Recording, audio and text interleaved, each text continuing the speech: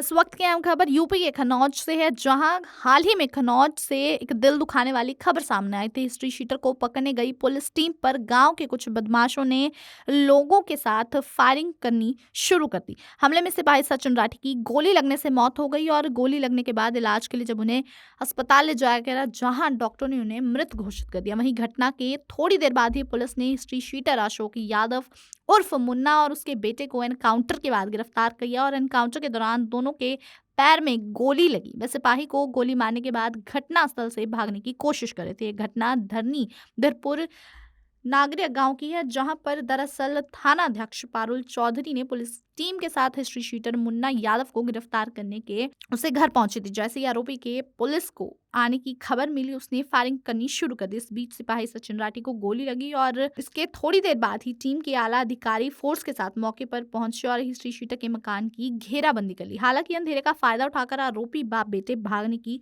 कोशिश करने लगे और पुलिस पर फायरिंग भी की, लेकिन पुलिस ने जवाबी कार्रवाई में उन पर फायरिंग की, जिसमें उनके पैर पर गोली लगी। इसके बाद पुलिस ने दोनों को गिरफ्तार कर लिया और बता दें कि हिस्ट्री शीटर के खिलाफ गैर जमानती वारंट जारी हुआ था। उस पर हत्या, लूट, डकैती, गैंगस्टर एक्ट के 20 से अधिक मुकदमे भी दर्ज हैं। पुलिस के अनुसार बता दें कि हिस्ट्री शीटर के खिलाफ गैर जमानती वारंट भी जारी हुआ है और जिस वक्त आरोपी बाप और बेटा पुलिस पर फायरिंग करे तो उस वक्त महिला भी घर पर मौजूद थी। आरोपी अशोक की पत्नी सहित कई लोगों के खिलाफ कार्रवाई भी की जा रही है और इस बीच खबर सामने आई कि अब सिपाही सचिन राठी की हत्या आरोपी हिस्ट्री शीटर अशोक यादव के घर पर बुलडोजर चल रहा है। जी हाँ, तस्वीरें हम आपके साथ साझी कर रहे हैं, जहां पर पीएसपी व भारी फोर्स भी तैनात है और धरनी धीरपुर नारंगी गांव के पसरा में इस समय सन्नाटा छाया हुआ है। हिस्ट्री शीटर व उसकी पत्नी सिपाही की हत्या के मामले में जेल में ही बंद है और हत्या आरोपी नाबालिग पुत्र को भी भेजा गया है, जहां पर बाल सुधार गृह प्रशासन ने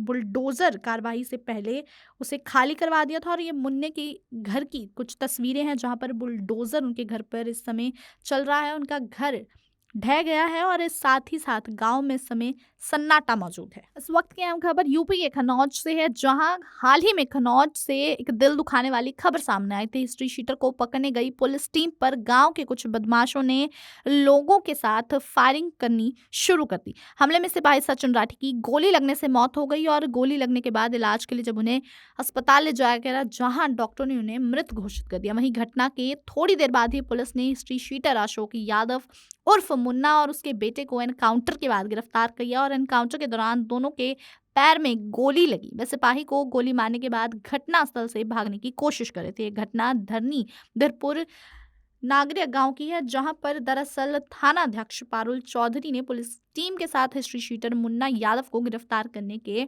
उसे घर पहुंची थी। जैसे ही आरोपी के पुलिस को आने की खबर मिली, उसने फायरिंग करनी शुरू कर दी। इस बीच सिपाही सचिन राठी को गोली लगी और इसके थोड़ी देर बाद ही टीम के आला अधिकारी फोर्स के साथ मौके पर पहुंचे और हिस्ट्री शीटर के मकान की घेराबंदी कर ली। हालांकि अंधेरे का फायदा उठाकर आरोपी बाप बेटे भागने की कोशिश करने लगे और पुलिस पर फायरिंग भी की, लेकिन पुलिस ने जवाबी कार्रवाई में उन पर फायरिंग की, जिसमें उनके पैर पर गोली लगी। इसके बाद पुलिस ने दोनों को गिरफ्तार कर लिया और बता दें कि हिस्ट्री शीटर के खिलाफ गैर जमानती वारंट जारी हुआ था। उस पर हत्या, लूट, डकैती, गैंगस्टर एक्ट के 20 से अधिक मुकदमे भी दर्ज हैं। पुलिस के अनुसार बता दें कि हिस्ट्री शीटर के खिलाफ गैर जमानती वारंट भी जारी हुआ है और जिस वक्त आरोपी बाप और बेटा पुलिस पर फायरिंग करे तो उस वक्त महिला भी घर पर मौजूद थी। आरोपी अशोक की पत्नी सहित कई लोगों के खिलाफ कार्रवाई भी की जा रही है और इस बीच खबर सामने आई कि अब सिपाही सचिन राठी की हत्या आरोपी हिस्ट्री शीटर अशोक यादव के घर पर बुलडोजर चल रहा है। जी हाँ, तस्वीरें हम आपके साथ साझी कर रहे हैं, जहाँ पर पीएसपी व भारी फोर्स भी तैनात है और धरनी धीरपुर नारंगी गांव के